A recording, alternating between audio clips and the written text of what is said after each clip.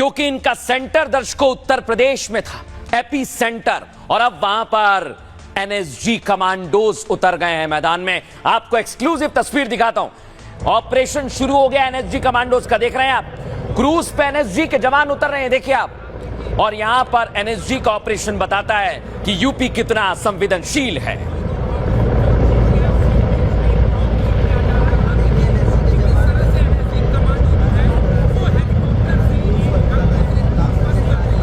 NSG का एक commando cruise पर उतर रहा है, उसकी तस्वीर हम आपको दिखा रहे हैं। अब मैं आपको बताता हूं, एनएसजी के ये कमांडोज उत्तर प्रदेश में आ गए हैं क्रूज पर, लेकिन जैसे ही यहां से हेलीकॉप्टर रवाना होता है, एनएसजी का एक्शन और तेज हो जाता है। वो आपको दिखाता हूं। ये आप देखिए दर्शकों, दुश्मन के खात्मे के लिए गंगा में तैनात हो गए। यानी काशी विश्वनाथ जो रडार पर था, राम मंदिर रडार पर था, मां विंध्यावासिनी का मंदिर और कई बड़े मंदिर रडार पर थे, उसके लिए एनएसजी के कमांडो उत्तर प्रदेश में आ गए हैं।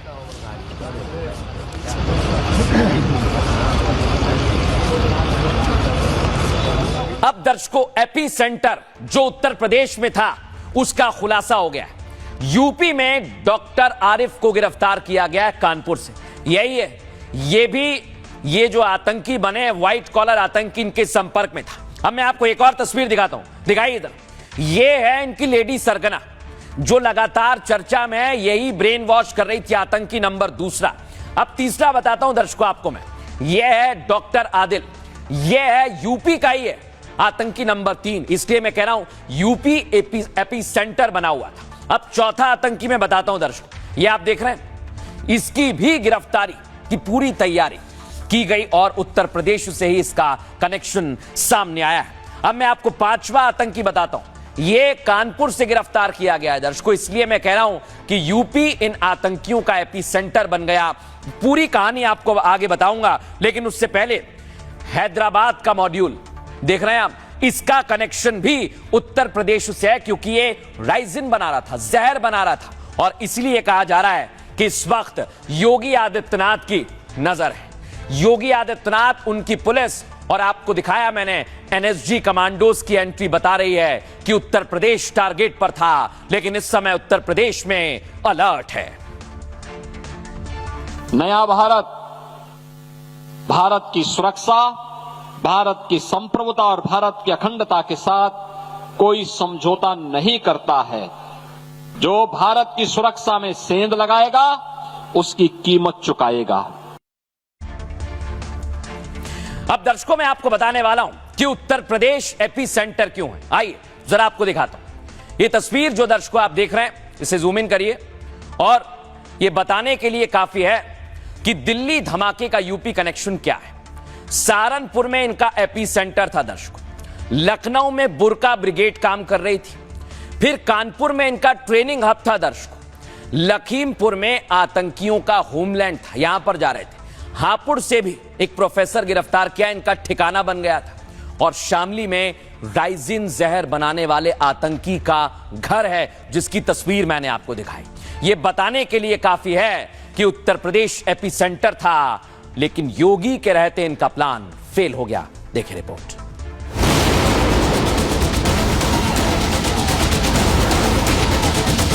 धमाका भले ही दिल्ली में हुआ, लेकिन आतंक का असली टारगेट तो यूपी था। आतंकियों की आधी फौज जिस तरह यूपी से लिंक थी, वो योगी को खटक चुका है। अब बारी आतंकियों की कीमत चुकाने की है। नया भारत, भारत की सुरक्षा, भारत की संप्रभुता और भारत की अखंडता के साथ कोई समझौता नहीं करता है। जो भारत की सुरक्षा में सेंध लगाएगा उसकी कीमत चुकाएगा। योगी का मैसेज जिहादी फिदायीन और उनके आकाओं के लिए है, जो यूपी की धरती से साजिश का ताना बाना बुन रहे थे, फिर चाहे बुरका ब्रिगेड वाली शाहीन हो या सहारनपुर वाला डॉक्टर आदिल। हर रात लगभग 5 से 6 गाड़ियों में संदिग्ध लोग आते थे डॉक्टर आदिल से मुलाकात के लिए। यहीं पर वो आतंकी पूरी प्लानिंग करता था। डॉक्टर आदिल जो आतंकी था, वो यहाँ पर आतंकी ग्रुप को इसीलिए बुलाता था ताकि जो है किसी भी देखी तरह से यहाँ पर लोग जो है कैमरे में कैद ना हो, और इसीलिए अभी तक कोई भी सीसीटीवी फुटेज जब आदिल की यहाँ से मूवमेंट होती थी वो अभी तक सामने नहीं आ पाई कि आखिर कैसे आदिल यहाँ से अस्पताल की तरफ जाता था। और भारत की ग्राउंड रिपोर्ट में आतंक के अड्डे पर हमें कई सबूत मिले हैं, वो तो दिखाएंगे ही, साथ ही बताएंगे यूपी और योगी क्यों टारगेट थे, पश्चिमी यूपी आतंक के लिए उपजाऊ क्यों है, बस देखते जाइए। अब दर्शकों मैं आपको बताता हूं कि आतंकियों ने एपीसेंटर उत्तर प्रदेश को क्यों बनाया हुआ था। आइए आपको विस्तार से पूरी जानकारी देते हैं। यूपी को लेकर आतंकी साजिश पर बहुत बड़ा खुलासा हुआ है दर्शकों। अल फलाह और अहमदाबाद मॉड्यूल दोनों का सेंटर उत्तर प्रदेश में था। इन आतंकियों का पहला टारगेट यूपी के ही शहर थे। दिल्ली की जगह आतंकी लखनऊ में धमाका करने की तैयारी में थे। सूत्रों के मुताबिक फिदायीन आतंकी योगी से रिवेंज लेना चाहते थे। योगी की फायर ब्रांड छवि से आतंकी जमात खुन्नस खाए हुए थे। और आपको बता दें, विदेशी हैंडलर्स ने भी यूपी के धार्मिक स्थलों को टारगेट किया था। सूत्र हमें यह भी बता रहे हैं कि आतंकी 6 दिसंबर को बाबरी का बदला लेना चाहते थे, लेकिन प्लानिंग से पहले सहारनपुर से डॉक्टर आदिल की गिरफ्तारी हो गई और एक आतंकी की गिरफ्तारी के बाद यूपी बेस्ड पूरा नेटवर्क बेनकाब हो गया। अब तक यूपी बेस्ड आतंकी संदिग्धों की संख्या 7 के करीब पहुंच गई है, जो इधर खड़े हुए हैं। यानी यूपी में बैठकर यह आतंकी यूपी को दहलाने की साजिश रच रहे थे। कानपुर से डॉक्टर आरिफ को डिटेन किया जाना इसी कड़ी का हिस्सा है दर्शकों। वैसे भी सालों से पश्चिमी उत्तर प्रदेश आतंकियों का सेफ जोन रहा है, लेकिन अब कमान संभाल ली है एनएसजी कमांडोज ने। अब मैं आपको बताऊंगा कि इस मामले को लेकर क्या कुछ कहा जा रहा है, सुनिए जरा। बात है, डॉक्टर से काम करते हैं, जाके चले आते हैं। किस तरह से आप लोग रूम में भी नॉर्मल थे सर। खाना पीना तो साथ रहता होगा ना? हाँ, मेड खाना बनाते थे, वो खाते थे, सो जाते थे सर। रूम आपने दिलाया था? बातचीत कैसे? नहीं, रूम मैंने नहीं दिलाया था। किसी तरह की एक्टिविटी हुआ करती है? नॉर्मल जैसे बात करते हैं कॉलीग्स आपस में, वैसे ही सर, ऐसा कुछ नहीं। इस्लाम के बारे में बातचीत होती थी क्या? नहीं, मेरी क्यों ही होगी इस बारे में। दिल्ली या तुर्की कहीं विदेश यात्रा के बारे में बातचीत की हो? नहीं, ऐसा I have not had any interaction like that. अब दर्शकों सवाल यह उठता है कि यूपी एपीसेंटर क्यों था? क्या वाकई यूपी में कोई बड़ी प्लानिंग की तैयारी थी? सुनवाता हूं आपको। अल फलाह यूनिवर्सिटी से अलग अलग सूत्रों को फॉलो करते करते हरियाणा पुलिस, जेएनके पुलिस और उत्तर प्रदेश की पुलिस उत्तर प्रदेश के अलग अलग जगह पर जाकर छानबीन कर रही है। सहारनपुर में तो इनका गढ़ पाया गया। यह आस्ते आस्ते लग रहा है कि पूरे पश्चिमी उत्तर प्रदेश में जहाँ पर एक जाति विशेष या धर्म विशेष के लोग रहते हैं, इनकी बहुत बड़ी तादाद में लोकल सपोर्टर्स हैं। ऐसी हालत में उत्तर प्रदेश का जो एडमिनिस्ट्रेशन है, योगी जी की सरकार है, उसे स्पेशल कदम उठाने पड़ेंगे कि आने वाले निकट भविष्य में किसी भी धार्मिक स्थल में कोई बड़ा हादसा ना हो जाए। अब दर्शकों मैं आपको बताऊंगा, जो सहारनपुर में गिरफ्तारी हुई है उसके अड्डे पर आज रिपब्लिक भारत पहुंचा है और आपको बताते हैं ये गलियों में था। सोचिए जरा आप, पड़ताल में आतंकी आदिल को लेकर चौंकाने वाले खुलासे हुए हैं। आर भारत की टीम डॉक्टर आदिल के अस्पताल और घर पर पहुंची और हमारी इन्वेस्टिगेशन में साजिश के कई किरदार सामने आए। डॉक्टर आदिल ने घर पर ऐसी जगह पर लिया था जिसके दोनों तरफ रास्ते हो, आगे भी और पीछे भी, यानी अगर पुलिस और एजेंसियां आए तो भागने का सेफ रास्ता मिल जाए। लेकिन छापेमारी से पहले जवानों ने दोनों ही रास्तों को घेर लिया। डॉक्टर आदिल ने रहने के लिए ऐसी जगह को चुना जहां पर सीसीटीवी कैमरे ना हो, क्योंकि सीसीटीवी से उसके पकड़े जाने का चांस काफी बढ़ जाता। पड़ताल में तो यह भी पता चला है कि डॉक्टर आदिल के घर पर संदिग्ध लोग आते जाते थे। 4 से 5 संदिग्ध लोग हर दिन डॉक्टर आदिल से मिलने के लिए आया करते। माना जा रहा है कि ये वही संदिग्ध हैं जो साजिश में शामिल हो सकते हैं और सहारनपुर में नौकरी करने के लिए आना भी डॉक्टर आदिल की बहुत बड़ी चाल थी। सहारनपुर से पूरी रणनीतिक रूप से यह बेहद संवेदनशील जगह है, इसलिए खुलासे हो रहे हैं क्योंकि यहां एयरफोर्स स्टेशन, एयरपोर्ट और रिमाउंट डिपो जैसे सेंसिटिव एस्टेब्लिशमेंट है। जांच एजेंसियों का मानना है कि अनंतनाग से नौकरी छोड़कर आदिल का सहारनपुर आना किसी गहरी साजिश का हिस्सा हो सकता है। इसको लेकर आज रिपब्लिक भारत की टीम ग्राउंड जीरो पर पहुंची और एक्सक्लूसिव रिपोर्ट आपको दिखाते हैं हमारे सहयोगी सागर की। ये देखिए, ये जो गली मैं आपको दिखा रहा हूँ, ये गली पूरी सुनसान है। यहाँ पर ना कोई सीसीटीवी कैमरे हैं और ना ही देखिए यहाँ पर एक रात में परिंदा भी पर मारेगा निकल कर, क्योंकि गलियां थोड़ी खाली हैं। ये वो घर का दरवाजा जहाँ पर इस समय ताला लगा हुआ है। डॉक्टर आदिल इसके अंदर रहता था। हर रात लगभग 5 से 6 गाड़ियों में संदिग्ध लोग आते थे डॉक्टर आदिल से मुलाकात के लिए। यहीं पर वो आतंकी पूरी प्लानिंग करता था कि आखिर कैसे देश के हिस्सों में देखिए ब्लास्ट की प्लानिंग की जाए और दहशत फैलाई जाए। फेमस मेडिकेयर सुपर देखिए, ये हॉस्पिटल है जहां पर डॉक्टर आदिल काम करता था। यहां पर काम करने के बाद अब पुलिस ये भी खंगाल रही है कि आखिर कैसे आदिल जो है यूपी वेस्ट को देखिए आतंक का नया ठिकाना बनाना चाहता था। देखिए फिलहाल ये तस्वीरें अस्पताल के अंदर की जहां पर वो काम करता था और यहीं पर हर रोज देखिए वो 10 से 6 काम करता था। फिर उसके बाद अपने घर की तरफ जाता था जहां पर उसने 2 दरवाजों वाला घर लिया था ताकि किसी को भी भनक ना लगे इन आतंकी गतिविधियों की। अब दर्शकों, मैं आपको एक बड़ी खबर बताने वाला हूं। इस समय बड़ी जानकारी मिल रही है। बाबा बागेश्वर की यात्रा में एक संदिग्ध घुस आया है। बाबा की यात्रा यूपी में चल रही है और जैसा मैं आपको बता रहा हूं, यूपी एपी सेंटर साजिश की जा रही है। इसी बीच ये संदिग्ध पकड़ा गया है। दर्शकों, इसकी तस्वीर जरा मैं आपको दिखाता हूं। ये आप देखिए, ये देखिए, ये है वो संदिग्ध जो बाबा की यात्रा में पहुंचा हुआ है। दावा ये कि ये सुरक्षा कर्मी बनकर घुस गया। ये कौन है, यहां कैसे पहुंचा, इसकी जांच पड़ताल भी की जा रही है। अब मैं आपको एक और तस्वीर बताता हूं दर्शकों। यूपी में कैसी तस्वीर सामने आ रही है वो चुनौतीपूर्ण है, क्योंकि बाबा बागेश्वर की यात्रा अलग अलग जगह से निकल रही है और उत्तर प्रदेश में इस समय खुफिया एजेंसीज भी अलर्ट पर हैं। लेकिन दर्शकों, अब आपको बताएंगे और कैसे अल फला यूनिवर्सिटी सवालों के घेरे में आ गई।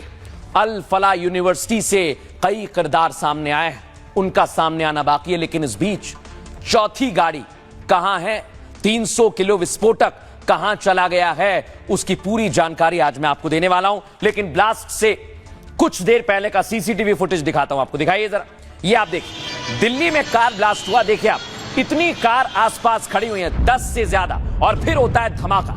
देखिए आप जरा फुल फ्रेम दिखाइए। 1 2 नहीं, 10 कार और ऑटो आसपास खड़े हुए हैं।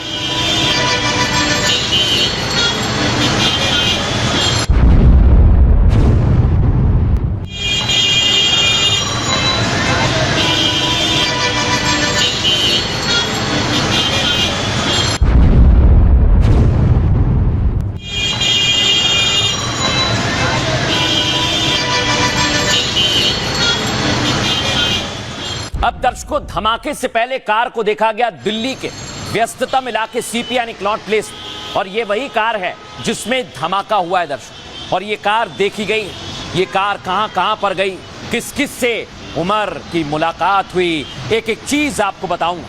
लेकिन दर्शकों, ये तो हुई पहली कार i20 जो फट चुकी है। दूसरी कार अब आपको दिखाता हूं। ये है दूसरी कार, ये ब्रेजा कार है जो ये लेडी आतंकी है जिसका नाम डॉक्टर शाहीन है, इसकी कार बताई जा रही है और इसे भी आज बरामद कर लिया है।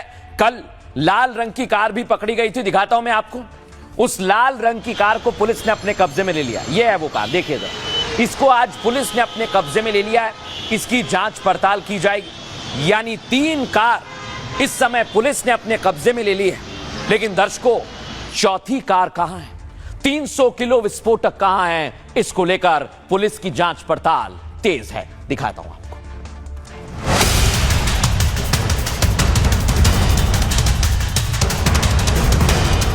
क्या दिल्ली में 4 गाड़ियों में एक साथ ब्लास्ट करके दहलाने की साजिश थी? दिल्ली ब्लास्ट के बाद जांच एजेंसियों को अब तक 3 गाड़ियां मिल चुकी हैं। चौथी गाड़ी की खोजबीन जारी है। सवाल ये कि क्या चौथी गाड़ी में ही 360 किलो विस्फोटक रखा है? आखिर आतंकियों ने उस गाड़ी को कहां छिपा दिया है? रेड कलर की इको स्पोर्ट कार जो आप तस्वीरों में देख रहे हैं, ये एक्सक्लूसिव तस्वीरें हैं। ये EcoSport car doctor Umar के नाम रजिस्टर्ड थी, जो कि फेक एड्रेस पे रजिस्टर्ड की गई थी। इसी गाड़ी की तलाश की जा रही थी, क्योंकि पहली गाड़ी i20 थी जो कि ब्लास्ट होती है, और दूसरी गाड़ी इको स्पोर्ट कार तस्वीरों में आप देख सकते हैं। सवाल यह है कि आतंकी 6 दिसंबर को ब्लास्ट करने की प्लानिंग कर रहे थे। क्या सुरक्षा एजेंसियों के ताबड़तोड़ एक्शन से डॉक्टर उमर ने फिदायीन बनकर कार में ब्लास्ट करने का कदम उठाया?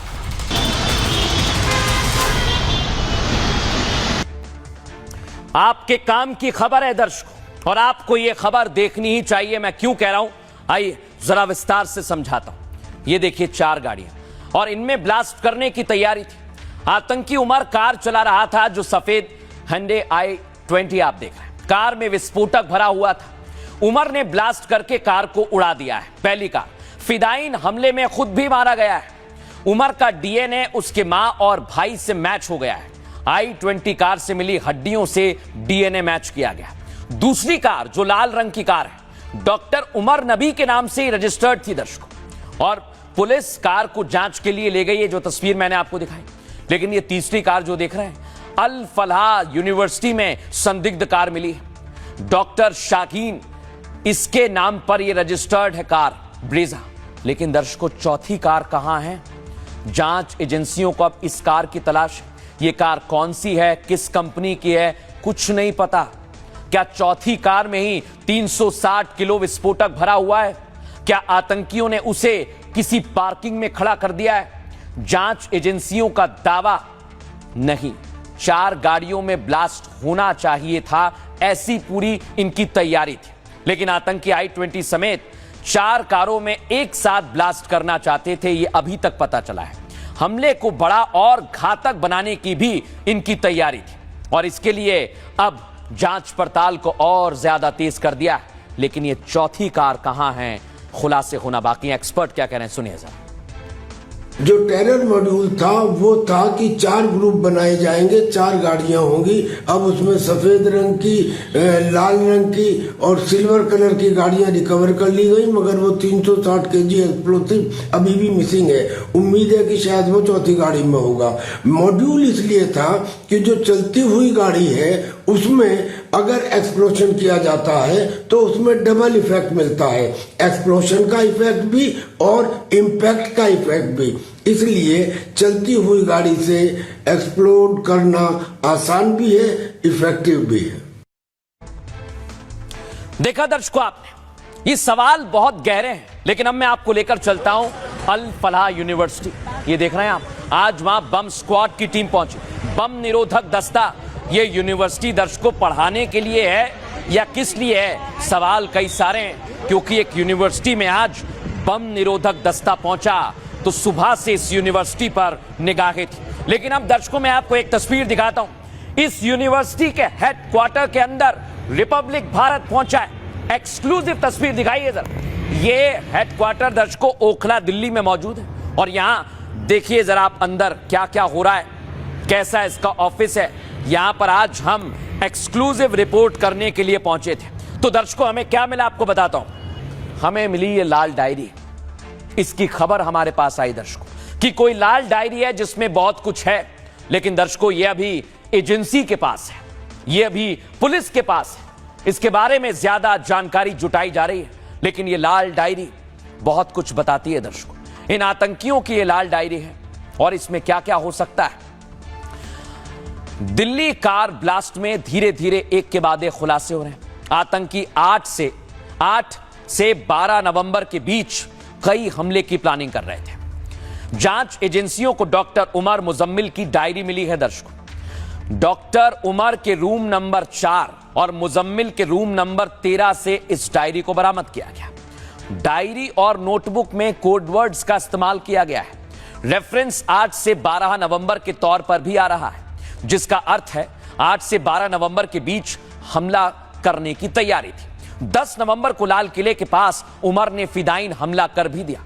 डायरी के अंदर ऑपरेशन शब्द का भी कई बार इस्तेमाल किया गया है। ऑपरेशन का भी अर्थ आतंकी हमला माना जा रहा है दर्शकों। आतंकियों के मोबाइल और पूछताछ से सनसनीखेज जानकारी मिली है। डॉक्टर उमर मुजम्मिल ने कई बार लाल किले की रेकी भी की थी। आतंकी 26 जनवरी 2025 को लाल किले के पास हमला करना चाहते थे, लेकिन सुरक्षा एजेंसियों के अलर्ट होने से ऐसा हो नहीं पाया। 6 दिसंबर को दिल्ली में 6 जगह पर विस्फोट का भी प्लान था। आतंकी बाबरी मस्जिद का बदला लेना चाहते थे। गिरफ्तार आतंकियों से पूछताछ में यह बड़ा खुलासा हुआ है। और आपको बता दें, एक के बाद एक खुलासे ये बताने के लिए काफी हैं कि अभी बहुत कुछ सामने आना बाकी है। सुनवाते हैं आपको हमारे सहयोगी की ग्राउंड रिपोर्ट। क्या हुआ था? कोई आया था, पुलिस आई थी? फरीदाबाद पुलिस को कुछ डॉक्यूमेंट्स की हार्ड कॉपीज निकलवानी थी, वो हार्ड कॉपी निकालने के लिए वो आए थे। जी। क्या आप लोग, क्या ये रजिस्टर्ड ऑफिस है अल फलाह यूनिवर्सिटी का? अल फलाह चैरिटेबल ट्रस्ट का ऑफिस है ये। ये मुजम्मिल है, आदिल है, क्या इन लोगों के भी रिकॉर्ड आप लोगों? हमारे पास नहीं है, वो यूनिवर्सिटी में है। अच्छा, कई सारे एलिगेशंस लग रहे हैं, कमरा नंबर 13 हॉस्टल, वो रसायन ले जाकर उसमें ले जाते थे। क्या पुलिस ने आप लोग? पुलिस की तरफ से अभी तक कोई भी हमारी तरफ, हमारे यहाँ पूरी तरह से पुलिस बैठी है। उन्होंने अपनी पुलिस को पूरी तरीके से जो चीज हम कोऑपरेट कर रहे हैं, इसके अलावा हम और क्या बताएंगे, हम पुलिस जानती है। अभी तक कौन कौन सी एजेंसी आई आप लोगों के पास? अभी हमारे पास फरीदाबाद की पुलिस आई थी, उसको जो डॉक्यूमेंट उन्होंने मांगे हमने दे दिए हैं। अब दर्शकों मैं आपको एक और खुलासा आज दिखाता हूं जो हमारी टीम ने किया है। ये अल फलाह यूनिवर्सिटी जहां आज एसटीएफ की टीम पहुंची, देख रहे हैं आप, फरीदाबाद एसटीएफ की टीम का फरीदाबाद में एसटीएफ की टीम का पहुंचना बता रहा है कि अभी बहुत कुछ है जो बाकी है। लेकिन दर्शकों, जिस कमरा नंबर 13 की बात की जा रही है उसकी तस्वीर मैं आपको दिखाता हूं। ये जो है कमरा नंबर 13 जहां पर आतंकी साजिश रची गई ऐसा कहा जा रहा है। लेकिन इस कमरा नंबर 13 में क्या है, किस तरह की साजिश की जा रही थी, आइए जरा आपको एक एक तस्वीर दिखाने वाला हूं। और ये तस्वीर क्या है, आइए जरा आपको बताते हैं। यह कमरा नंबर 13 दर्शकों, डॉक्टर आतंकी, ये सब कुछ पूरी तैयारी में थे दर्शकों। और डॉक्टर मुजम्मिल अल फलाह यूनिवर्सिटी में तैनात था। यूनिवर्सिटी की बिल्डिंग नंबर 17 में कमरा नंबर 13 है। कमरा नंबर 13 डॉक्टर मुजम्मिल को अलॉट किया गया था। मुजम्मिल यहां पर मीटिंग करता था। सोचिए आप जरा, धमाके की प्लानिंग इसी कमरे में होती थी। डॉक्टर शाहीन उमर अक्सर यहां पर मिला करते थे। डॉक्टर मुजम्मिल यहां दूसरे लोगों से भी मिलता था। पुलिस को इस कमरे में कई संदिग्ध सामान मिला। आपको बता दें, एक डिवाइस, पेन ड्राइव, केमिकल और एक डायरी जिसकी जानकारी मैंने आपको दी। पुलिस ने डिजिटल डेटा भी बरामद किया है। दावा है कि मुजम्मिल ने यूनिवर्सिटी से केमिकल्स चुराने की योजना बनाई थी। मुजम्मिल के कमरा नंबर 13 के पास एक लैब भी मौजूद है। यूनिवर्सिटी से चुराए केमिकल्स फरीदाबाद के ठिकाने पर रखे गए थे। अल फलाह यूनिवर्सिटी का कमरा नंबर 13 अब सीज कर दिया गया है। अल फलाह यूनिवर्सिटी की मान्यता भी रद्द कर दी गई है। यह बहुत बड़ा एक्शन लिया गया है। लेकिन दर्शकों, सबसे बड़ी बात यह है कि इस कमरे को लेकर एजेंसीज जांच कर रही हैं। ग्राउंड रिपोर्ट आपको दिखाते हैं। अगर इस बिल्डिंग की बात करें तो बताया जा रहा है कि वही बिल्डिंग है, बिल्डिंग नंबर 17 रूम नंबर 13, यानी जहां पे मुजम्मिल और उमर रहते थे। पूरी तरह से आतंकी साजिश का एक प्लॉट उन्होंने रचा और बताया जा रहा है इन्हीं हॉस्टल के कमरों में वो रहते थे। यहाँ पे रह करके बाकायदा पूरा प्लॉट उन्होंने रचा है और बहुत बड़ी साजिश जो है वो कर रहे थे। हालांकि साजिश उनकी नाकाम हो जाती है क्योंकि उनकी जो साजिश थी वो देश के अलग अलग हिस्सों में और खास तौर पर धार्मिक स्थल को टारगेट करना यही साजिश थी। हालांकि बात करें तो दिल्ली बम ब्लास्ट के बाद लगातार एक के बाद एक खुलासे हो रहे हैं। अब दर्शकों, आपने सोचा कि ये लोग खाद खरीद रहे थे और खाद का इस्तेमाल क्या हो रहा था वो मैं आपको बताऊं। उससे पहले दिखाता हूं, खाद विक्रेता को पुलिस ने हिरासत में लिया। इन लोगों ने इसी दुकान से खाद खरीदा था जो मैं आपको दिखा रहा हूं और इसको भी पुलिस ने जांच के दायरे में रखा है। लेकिन अब मैं आपको बताने वाला हूं कि आप सोचिए इन लोगों ने खाद क्यों खरीदा।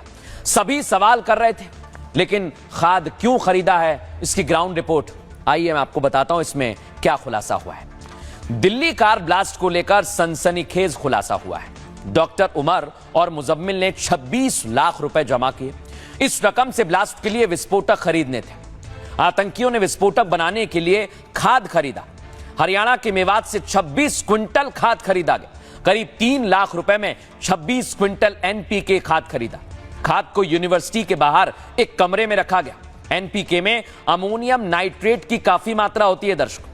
अमोनियम नाइट्रेट से विस्फोटक बनाना आसान है। अमोनियम नाइट्रेट के साथ अन्य केमिकल मिलाकर आईईडी बना सकते हैं और आतंकवादी इससे अमोनियम नाइट्रेट फ्यूल ऑयल बनाते हैं। एक खतरनाक किस्म का विस्फोटक होता है ये। क्या आतंकी डॉक्टर विस्फोटक बनाने के लिए कोई लैब चला रहे थे? इतनी बड़ी मात्रा में खरीदी गई खाद से यह शक और ज्यादा बढ़ जाता है। पुलिस ने खाद विक्रेता को हिरासत में लिया है, उससे भी पूछताछ की जा रही है। लेकिन दर्शकों, इसे लेकर सवाल उठाए जा रहे हैं और कैसे पूरे घटनाक्रम पर सवाल उठ रहे हैं, सुनिए जरा। घटने की जितनी निंदा की जाए कम है। बेगुनाह लोगों का इस तरह बेरहमी से कत्ल करना किसी भी मजहब या कोई भी मुद्दा इस चीज की इजाजत नहीं देती। जम्मू कश्मीर का हर बाशिंदा आतंकवादी नहीं है। जम्मू कश्मीर का हर बाशिंदा आतंकवादियों के साथ भी नहीं है। मैं तो मान के चलता हूं कि जो लोग इस हादसे के लिए कसूरवार हैं उन्हें पकड़ के सख्त से सख्त सजा मिलनी चाहिए।